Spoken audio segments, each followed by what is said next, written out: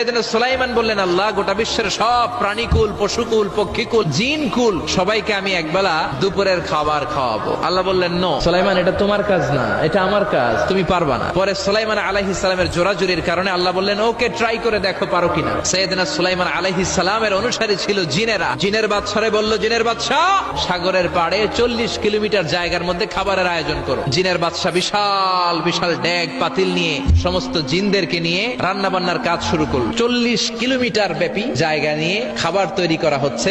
সব যখন রান্না শেষ, চলে এলো সেই মহেন্দ্রক্ষণ। ইন দ্য মিন টাইম সাগরের ভেতর থেকে এক বিশাল আকৃতির তিমি মাছ হা করে ডেকে বলল, সুলাইমান, খাবার দাও। উনি ঘোষণা দিলেন, যাও, এটারে খাবার দাও। তিমি মাছ বিশাল বড় হা করে বসে আছে সাগরে। জিনের বাদশা খাবার দিতে লাগলো। 1 কিলোমিটার শেষ, 5 কিলোমিটার শেষ, 10 কিলোমিটার শেষ, 40 কিলোমিটার শেষ। এখনো তিমি মাছের মুখ হা করা আছে না নাই? সৈয়দনা সুলাইমান সিজদায় পড়ে গেলেন, আল্লাহর ডেকে বললেন, মাবুদ রে, আমি বুঝতে পারি না, আসলে রিজিক দেওয়ার মালিক আমরা না, গোটা বিশ্বের সবাইকে খাওয়ানোর ক্ষমতা আমার নাই, রিজিকের মালিক একজন, তিনি কে?